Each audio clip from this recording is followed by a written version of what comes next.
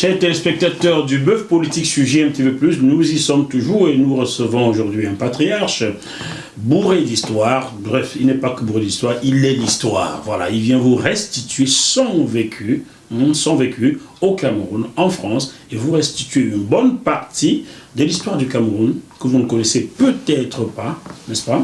Donc lui, c'est Momo Lobagante. Vous avez su son vrai nom, mais je vais garder Momo Lobagante car c'est beaucoup plus affectueux comme ça. Voilà, papa.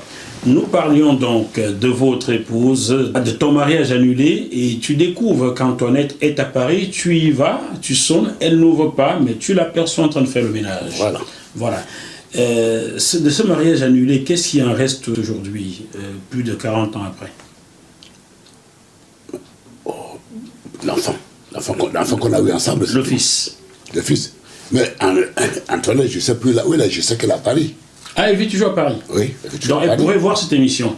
Ah ben, absolument. Bon, madame, sachez que si quelque chose dit sur ce plateau ne vous plaît pas, vous avez le droit de prendre votre droit de réponse. Vous allez sur mon site jmtvplus.com, vous prenez mes coordonnées. Si vous me contactez, je vous inviterai à donner votre version. Tout à fait. Chacun doit s'exprimer. Tout à fait. Très bien. Donc, vous n'avez... En plus, je ne suis pas là pour l'accuser quoi que ce soit. C'est seulement pour restituer l'histoire. L'histoire et faire comprendre aux Camerounais mon combat. Le coup que j'ai reçu toute ma vie en tant que militant pour la liberté de mon pays. Les sacrifices, les pertes. Voilà. Et aussi pour le permettre de bien réfléchir avant de s'engager. D'accord. Voilà. Savoir qu'en s'engageant, ils peuvent perdre gros, ils peuvent être attaqués, ils peuvent mourir. Ils peuvent mourir. Et il y a plusieurs manières de tuer quelqu'un, d'assassiner quelqu'un. Et si la personne n'est pas forte dans sa tête, il peut disjoncter. Et dans ton cas, il faut aussi que ces combattants, ou bien les combattants ou les résistants, je ne sais pas comment ils s'appellent, je n'en suis pas un, j'ai fait mon travail, et qu'ils sachent aussi qu'ils peuvent être interdits de séjour au Cameroun, ou bien ne pas y retourner. C'est la première chose. Toi, ça fait 50 ans que tu n'y as pas mis les pieds. 50 ans, au mois de février. Donc ça fait 50 ans et un mois. Donc, maintenant. Je continue d'abord avec Antonin. D'accord. Donc, qu'est-ce que j'ai fait dans ce cas-là? Je suis allé à la police. La police m'avait conseillé d'aller chercher un huissier. J'avais cherché un huissier. Et l'huissier était parti faire le constat que Antonin était bien là. Donc, c'est à partir de ce moment-là que j'avais les deux documents. L'annulation de mariage, le constat d'adultère. J'ai ces deux documents que j'avais gardés. Quand j'avais commencé maintenant à lutter, c'était sur Aïdjo. C'est là que Aïdjo avait demandé qu'on vienne me donner mon enfant. Ah, tu as engagé un combat contre le régime Aïdjo. Oui. Aïdjo a demandé qu'on vienne te remettre ton enfant. Mon enfant. Qui avait alors quel âge en ce moment-là? 6 ans et demi. 6 ans et demi. C'est donc toi qui as élevé l'enfant. Et cet enfant, je l'avais reçu dans la rue à Paris. Pardon? Dans la rue, il y avait Antoinette et certaines personnes. Oui. Avec elle. On m'avait remis l'enfant. Bah attends, on t'appelle, monsieur venez nous trouver à Paris? Non.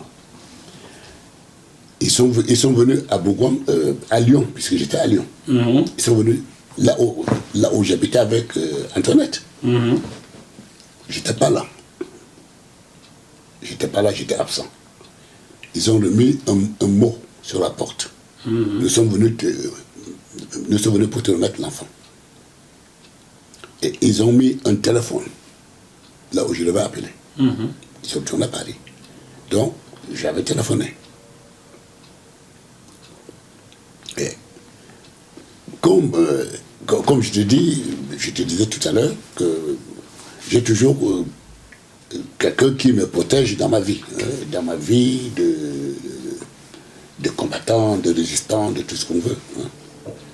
Donc, Anne qui est avec moi aujourd'hui, je venais juste de la rencontrer. Ça faisait 2 mois, comme j'avais rencontré Anne. Et j'avais dit à Anne, dès le premier jour... Oui, tu l'as dit. Elle est arrivée chez toi, elle a vu le berceau, tu lui as expliqué. Tout ça, je l'ai expliqué. Non seulement ça, je lui ai dit, parce qu'il y a d'autres passages, ta maman, puis il fallait vite. Ma vie est un roman, je te dis. Ma vie, c'est plus que ça. Mais ça, c'est une évidence. Bon. Puisque celle qui est maire de Paris, Anne Hidalgo, elle fait partie de l'histoire. Ah bon? Son père. Je dis que ma vie est une histoire. Son père. Ma vie est un roman dans ce pays. C'est pour donner le courage aux Camerounais de ne jamais avoir peur de personne. Qu'est-ce que le père d'Anne Hidalgo vient faire là-dedans dans l'histoire de l'enfant? Voilà, pour l'histoire de l'enfant, c'est quand l'enfant avait 1 semaine à sa naissance. C'est pour ça que... Mais si on revient long, il faudrait passer... D'accord, là on commence. D'accord, poursuivons. Maintenant, voilà. Tu vois le numéro, tu appelles, on te demande de venir à Paris chercher l'enfant. C'est moi qui ai appelé. Oui, c'est toi qui appelles. Voilà, je dis, mais tiens, vous êtes venu le petit. Donc, j'étais avec la femme actuelle. Elle me dit, mais on peut aller chercher l'enfant à Paris. Elle m'a accompagné. Nous sommes arrivés et je croyais qu'ils allaient m'indiquer la rue où Antoinette était avec l'enfant. Non, l'adresse. Ils ont préféré venir me donner l'enfant dans la rue.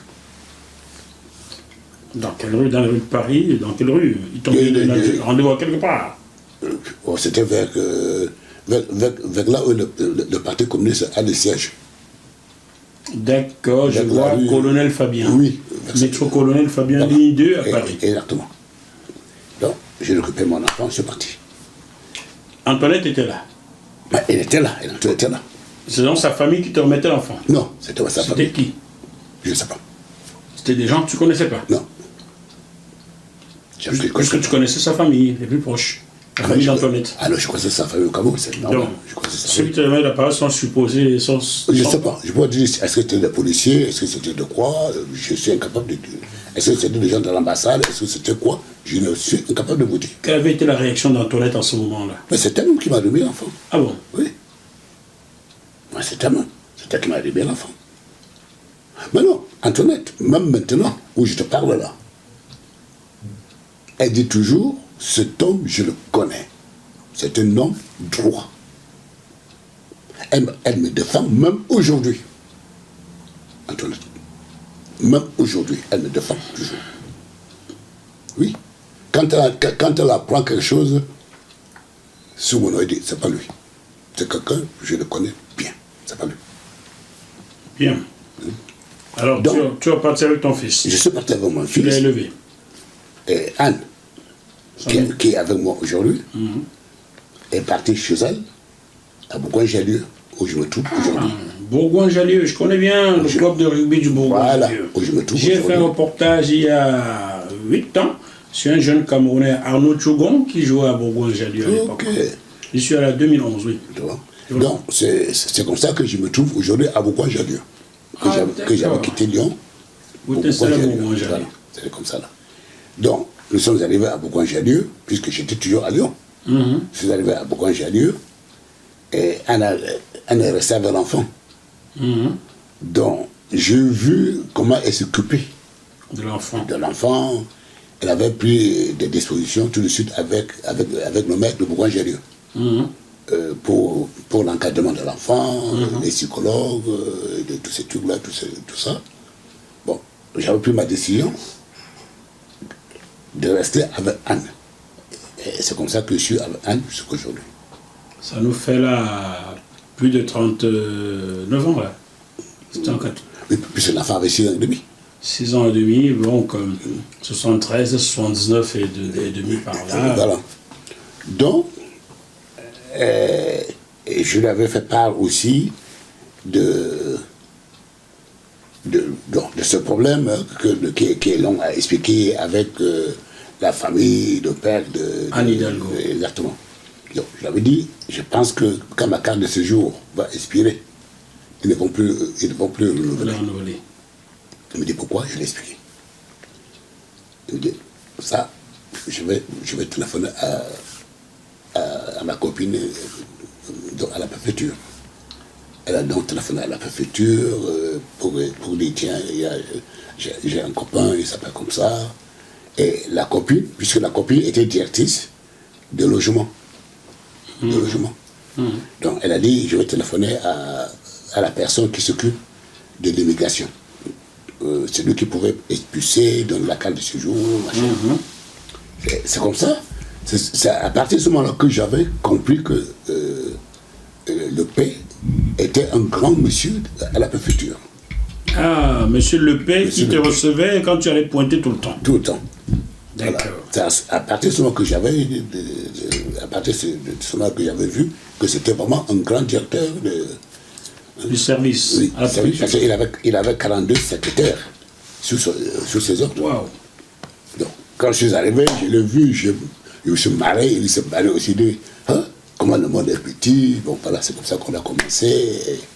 Et puis, bon, il a sorti le dossier. Quand il a sorti mon dossier, effectivement, il était dit, quand sa carte de séjour expire, Qu'on ne renouvelle pas. et qu'on ne renouvelle pas.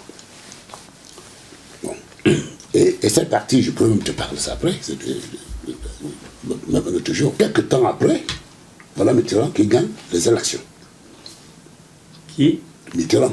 François Mitterrand. Gagne les élections. 1981, mai 1981. J'écris donc à Mitterrand pour le féliciter. Il était encore chez lui, dans sa maison privée.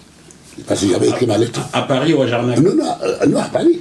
Ah, parce que quand tu es chez lui, j'ai vu Jarnac tout de suite. Non, à Paris, il avait sa maison. Donc j'avais écrit le 11 mai. Et il avait répondu. Mais ce n'était pas lui en personne, c'était Jacques.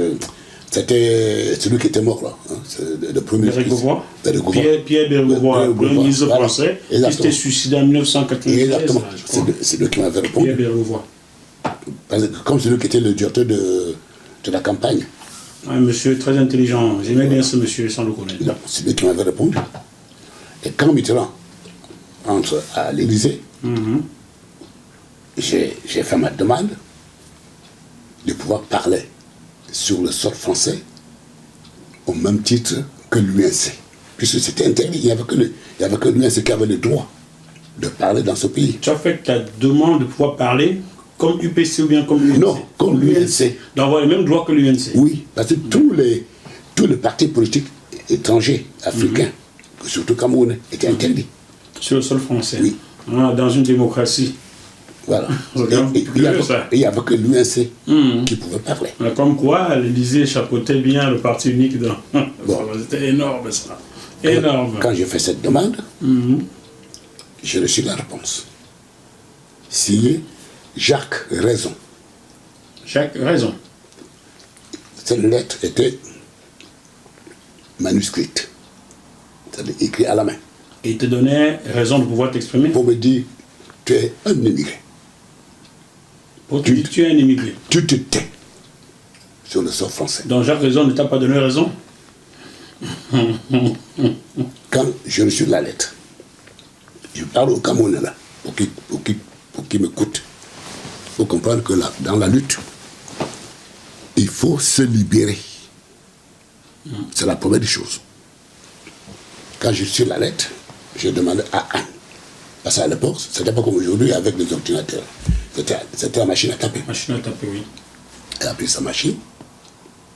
J'ai dit, tape. Elle a commencé à taper. À ce moment-là, le Parti socialiste camerounais que j'avais créé, c'est moi, le premier secrétaire du Parti socialiste camerounais, En France. Ou bien où? en France. D'accord. C'était fondé au Cameroun avant que je me quitte. Parce que j'avais pris ma décision de lutter. Mais dès que j'aurais l'opportunité. Donc, l'opportunité était venue avec la gauche. C'est ce que j'attendais dans ma vie. Que la gauche arrive au pouvoir en France pour pouvoir maintenant lutter contre Aïdjo. Voilà.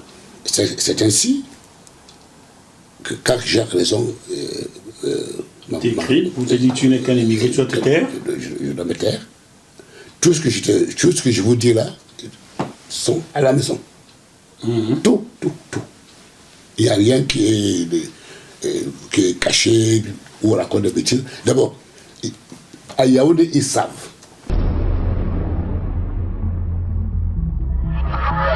Ce programme vous est proposé par Deviseo Fret, spécialiste du transport international Afrique, Dom-Tom, Océan Indien. Retrouvez-nous sur www.deviseo-fret.com. Téléphone +33 139 85 14 23. La femme d'Aïdjo sait, tout le monde sait qui a fait partie d'Aïdjo. C'est moi, de Banfola. C'est toi qui as fait partie d'Aïdjo. Maintenant, en ce moment-là, chers téléspectateurs, calez-vous bien, nous allons entendre des choses. Comment tu as fait partie d'Aïdjo? Voilà. En ce moment-là, quand je dis à ma femme, prends la machine à taper. Elle a pris la machine à taper. J'ai commencé par Mitterrand. J'ai dit, toi, Mitterrand. Toi, Mitterrand? Voyou. Toi, Mitterrand, voyou? Oui. Au président de la République? Mon Dieu. Quand on lutte pour son peuple, c'est pour ça que je dis que Mitterrand est un homme intelligent. Quand on lutte pour son peuple, il faut être cohérent et courageux de ce qu'on dit. Parce que ce que je dis là, je suis le sourd français. Je ne sais pas si vous me foutez. Je confirme que nous sommes bien en France, à Paris. Je sais pas si vous me foutez une balle dans la tête. C'est le dernier combat que je livre au peuple camerounais. Ne t'inquiète pas, j'ai un ami qui est ancien collaborateur de François Mitterrand, Bernard Braga, qu'on salue. Il va regarder, c'est un mitterrandiste, donc voilà. il va... Donc, j'ai dit à ma femme, tape. Elle a pris la machine. La machine, elle tape. Oui. Toi, Mitterrand, voyou. Voyou. Menteur. Tu n'es pas socialiste. Voilà. Vive, père de l'Algérie. C'est père de la France. Père de l'Algérie, c'est père de la France.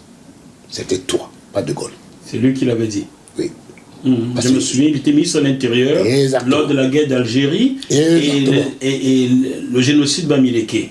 Exactement. Constantin Melnik l'a dit dans son livre La mort était leur mission, publié chez Plon en 1996. Il parle de l'Algérie et du territoire Bamileke Bassa. J'ai dit, Mitterrand, toi, bandit, voyou, tu n'es pas socialiste. J'ai cru, puisque tu as dit au peuple français que tu es socialiste, et je t'ai cru.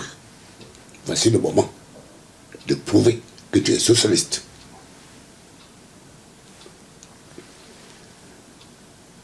Gaston Defferre était ministre de l'Intérieur. Gaston Defferre, oui. Le maire de Marseille. Oui. J'ai écrit à Gaston Defferre. Waouh. Toi, voyou. Les mêmes mots. La loi 4, c'est toi. La loi 4 qui stipule que... Mais la loi 4 qui avait mis une bida. Après, c'était Aïdjo. André-Marie Mbida, Voilà, Premier ministre Camerounais en 1957. 56. 56, remplacé par Aïdjo. Aïdjo. En 1958. 58 par là. D'accord. Il dit, donc, vous êtes des voyous. Et là, ils n'ont pas répondu, ils ont téléphoné.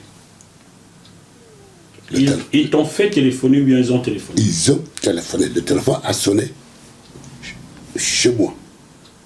C'est le président de la République. C'est François Mitterrand. C'était pas lui la personne, mais le service. Le service, oui. Le téléphone sonne. C'est ma femme qui a décroché. Anne. J'ai dit, Anne, dit que je suis occupé. Dit que je suis occupé. Parce que j'aime toujours relater les choses de mot à mot. Voilà. Et elle a dit, oh là là, docteur Sandier, il est occupé, et puis il va vous appeler. Voilà. C'est comme ça. Bon, parce que là, il fallait aussi que je vous donne de l'importance. Oui. Il ne faut pas courir au téléphone comme si tu attendais ça. Voilà. Et alors? Et puis, j'ai dit, dans 3 jours, je monte pour voir à Paris. Dans 3 jours, je suis monté le voir à Paris. Voir le Parti Socialiste. Ils m'ont reçu avec un. Qui est-ce qui t'a reçu exactement? Voilà, je ne connais pas leur nom. Pierre Mauroy, Non, non, Jospin. non, je parle de Parti Le Socialiste. Parti Socialiste. Mais Parti Socialiste. après que Mitterrand soit élu président de la République, Oui. quelqu'un d'autre le remplaçait. L'avait remplacé, je ne rappelle plus qui était le... Bon, Bernard Baga, tu nous donneras le nom, hein, on donnera aux téléspectateurs. Tu étais présent, tu étais à Solferino le jour de l'élection de François Mitterrand. Voilà. Donc, j'arrive à la direction du Parti Socialiste. On me reçoit.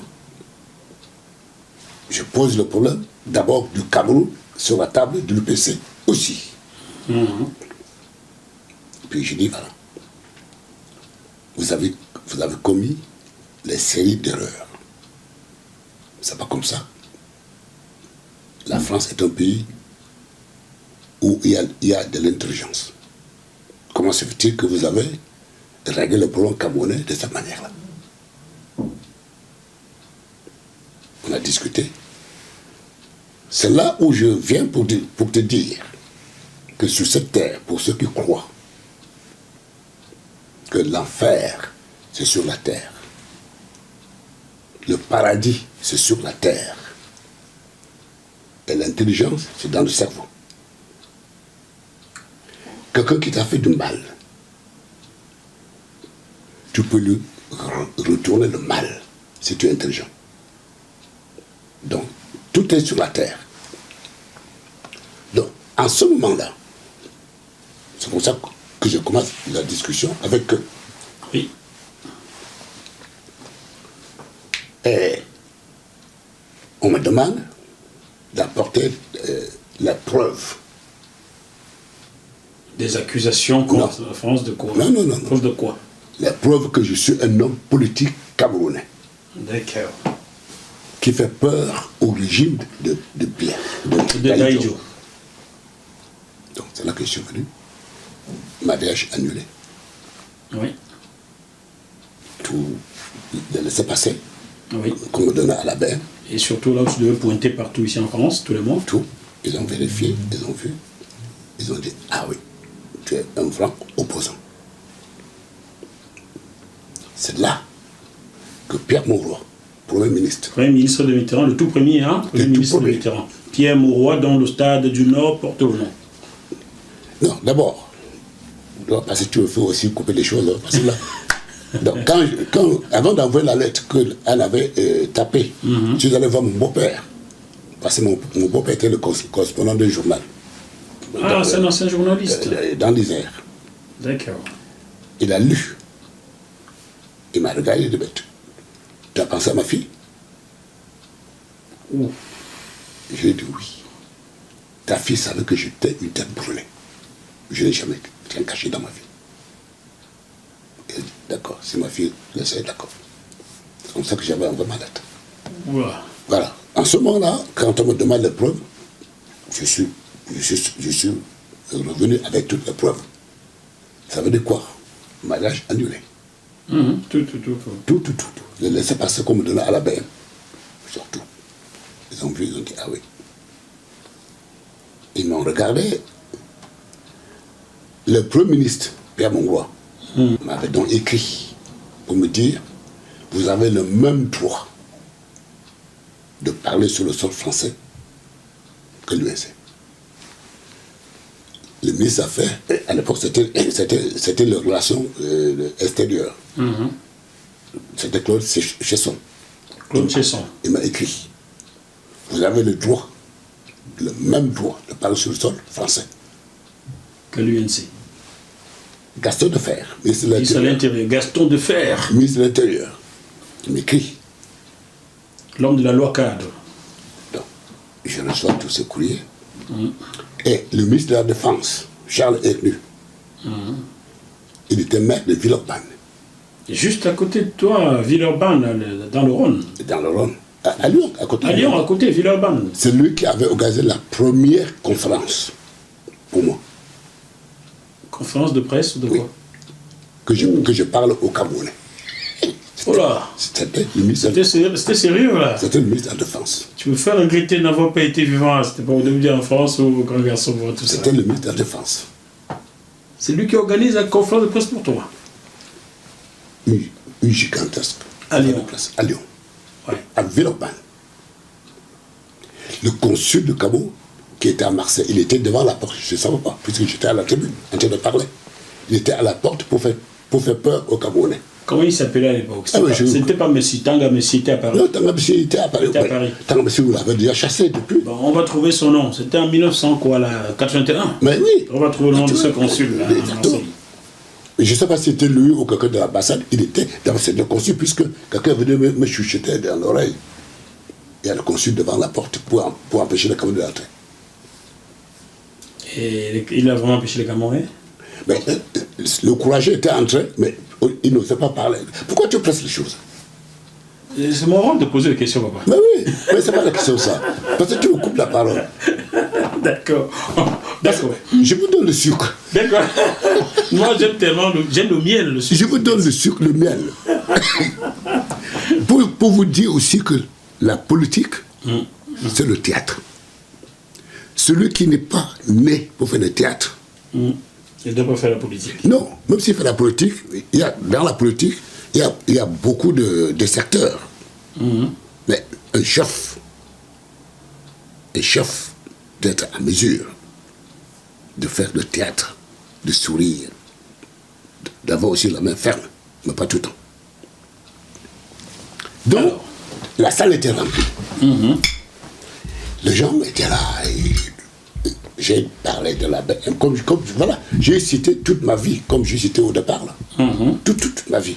Après, je donne la parole au Camerounais. Anne, c'est elle qui filmait. Puis à l'époque, c'était pas comme aujourd'hui. Où je peux prendre quelqu'un pour venir filmer. C'est elle qui filmait. Et il y a un jésuite, il s'appelle Mbala. Il vient encore. Il est venu, il a pris l'appareil, il a tout cassé. Là, devant les gens? Oui, dans la salle. De quel droit? Dis-donc. Sur le sol français? Je donne la parole. Personne n'ose parler. Et à les gens de l'UNC. Mais pas l'ami dont j'ai cité le nom là, parce que l'ami n'était plus là. Oui, c'était les bêtis. Ils sont tous à Lyon, hein. Aucun n'est mort. Hein. Ils voient ce que je dis là. Ils sont debout. Et comme le Parti socialiste avait envoyé un délégué pour qu'il vienne assister. Mais comme les Blancs sont déjà intelligents, il avait envoyé un noir, pas un blanc. Ça veut dire qu'ils ne savent pas qu'ils se voyaient. Tout ce qui s'est passé. Oui. Donc le gars était assis à la tribune avec nous. Donc, comme le type de l'OSC, un petit, il est debout. Il parlait.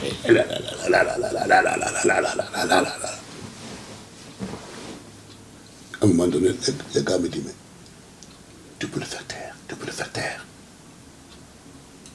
Je lui ai dit, mais comment? Il dit, mais tu ne sais pas faire le cinéma? J'ai dit, oui. Il dit, alors, mais fais le cinéma.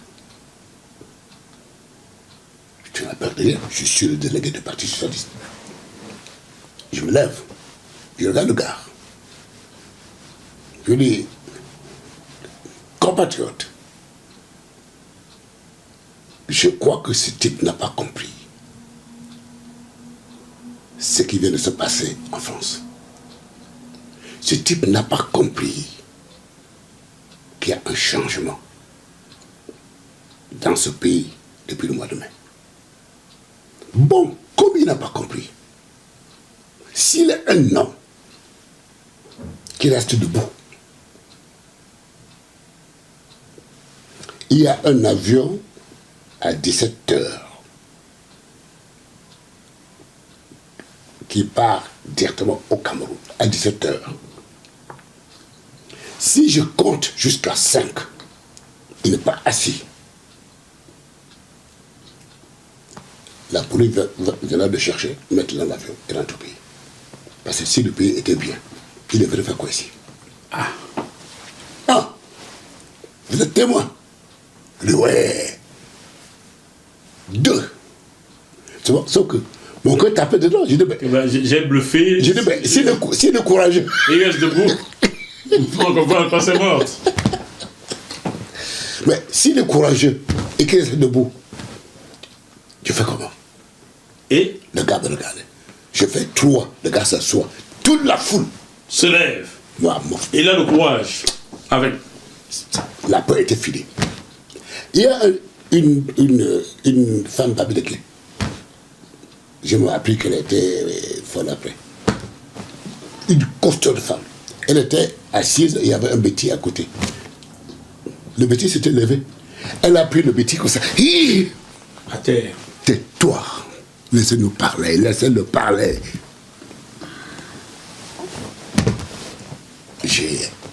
Les gens ont applaudi, applaudi, applaudi. C'est comme ça que le costume me fuit.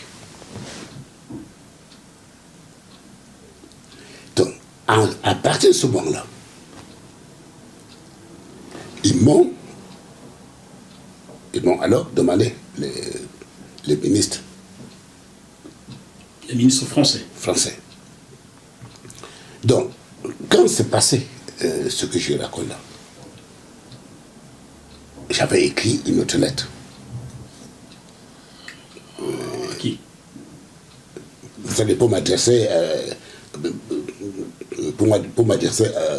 au peuple camerounais, au peuple français, des trucs comme ça. Ma femme a dit, bon, il faut qu'on donne cette lettre à sa copine qui était à la préfecture. Parce que je ne conseille absolument rien. Comment on fait? Je ne conseille absolument rien. Tout ce que je conseille dans ce pays, c'était aller signer. Je me tiens tranquille. Donc c'est Anne qui a fait l'administration de Togo. Oui. Donc au Cameroun, et toi, vous devez beaucoup à Anne. Beaucoup. Le Camerounais doit beaucoup à cette femme-là. Beaucoup. Beaucoup. Je vais vous rencontrer, ça c'est promis.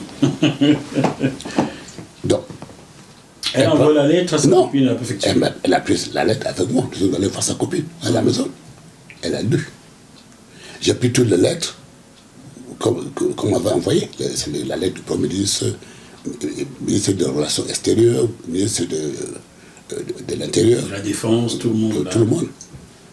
Elle a lu et elle m'a dit, donc, voici comment l'État français marche. Il y a le pouvoir de l'Élysée. Il y a le pouvoir législatif. Il y a le pouvoir préfectoral. Donc, le pouvoir de l'Élysée, c'est politique. Le pouvoir législatif, c'est politique. Le pouvoir préfectoral, c'est pas politique. Donc, tu as tout ça, ce n'est pas une garantie. Ce n'est pas une garantie pour nous. Pouvoir préfectoral. Tu peux faire ta réunion, nous allons venir t'interpeller. Le temps qu'ils interviennent, tu seras gardé. Donc, je dis, mais dans ce cas, je fais comment? Elle me dit, pour être sûr qu'ils sont sincères, il faut que tu leur demandes la protection. Si tu l'accordes, c'est qu'ils sont sincères. Si tu ne l'accordes pas, il faut te méfier. C'est comme ça que j'avais donc écrit de nouveau au même ministère, tout ça. Et c'est comme ça qu'on m'avait dit, il faut aller à Paris. Je suis monté à Paris. Ils m'ont dit, il faut aller au ministère des droits de l'homme. Au Quai d'Orsay. Je ne sais pas si c'était Quai d'Orsay. Aujourd'hui, c'est Quai d'Orsay. Aujourd'hui, tout ce que je raconte là, ma vie de combattant, quand j'ai pris le combat, sans plus passer par être militant en tant que responsable, c'est ça que je suis en train de parler là.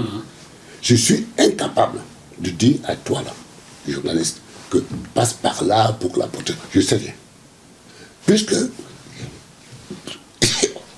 quand je monte à Paris, j'arrive à ce ministère, au guichet, il y avait une jeune fille, une jeune, elle tricotait. Donc, j'ai cru que c'était comme chez nous à l'Afrique. Bon, j'ai dit à la dame, je suis venu voir quelqu'un. Elle tricote. Vous voulez voir quelqu'un? Il dit oui. J'ai dit, mais je suis quelqu'un. Mais je regarde la fille de quoi. Je lui sors la lettre du Premier ministre, je sors la lettre. Parce que je crois que j'étais chez les Africains. Elle lit. C'est là, quand elle a lu, elle, je danse moi. Camarade!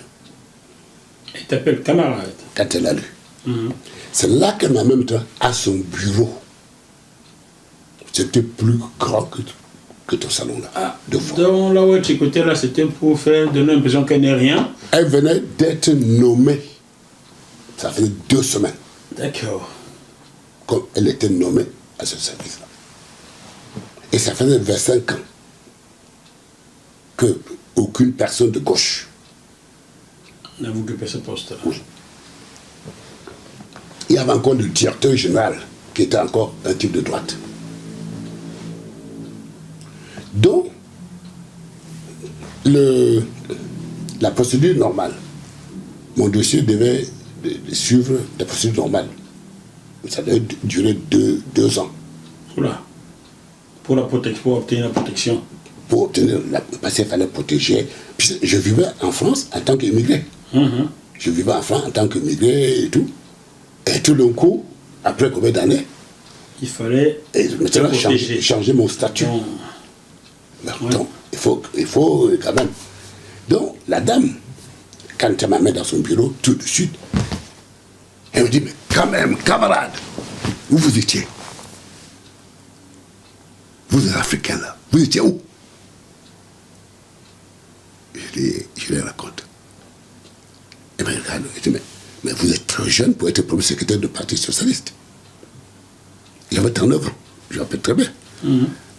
Elle m'a dit, vous êtes trop jeune pour être premier secrétaire du Parti Socialiste. Je dis, jeune, à 39 ans. Je dis, ah, vous avez 39 ans. Il dit, oui. Je dis, ah, d'accord. Il dit, mais vous étiez où? On cherchait